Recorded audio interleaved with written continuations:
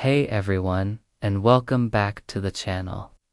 Have you ever scrolled through pictures of Washington, D.C., stopped at the White House, and just thought, wow, that is the whitest, most pristine building I have ever seen. It's practically glowing, right? Well, what if I told you that its famous color isn't just about looking good? In fact, it was never meant to be white at all. America's most iconic home has a secret story, one that begins with fire, war, and a whole lot of paint. Let's rewind the clock a couple of centuries. We're in the early 1800s.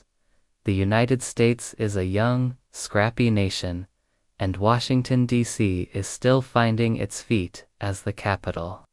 Right in the heart of it all stood a grand but simple, gray stone building. This was the president's house, not the White House. Not yet. Imagine it: strong gray sandstone walls, tall windows, and quiet gardens. It was respectable, but it wasn't the shining beacon we know today. It was just stone. Then came the year 1814. America found itself in another conflict with Great Britain, the War of 1812. In the scorching heat of August, British troops marched into Washington, D.C., and what they did next would forever change the city's landscape. They set it ablaze. The Capitol building burned, the Library of Congress burned, and then they turned their attention to the president's house. Flames licked up the gray stone walls, and thick black smoke choked the air. The once proud residence of the president was left a hollowed-out, blackened shell. When the smoke finally cleared, all that remained were charred stones and ashes, a devastating symbol of the war's destruction. After the war ended, the task of rebuilding the Capitol began. But the president's house was a problem. It was structurally sound, but its exterior was covered in ugly, dark burn marks. These scars were a constant, painful reminder of the attack. So, a practical, yet brilliant, idea was born. To cover up the damage and restore the building's dignity, they decided to paint it.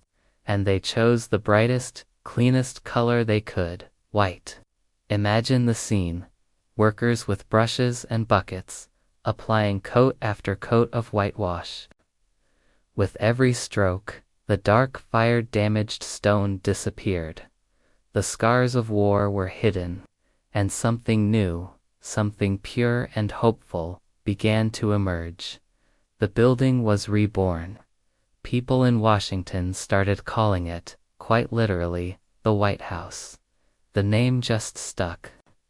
What's really fascinating is that this first paint job required a staggering amount of whitewash, over 570 gallons, to cover the entire structure.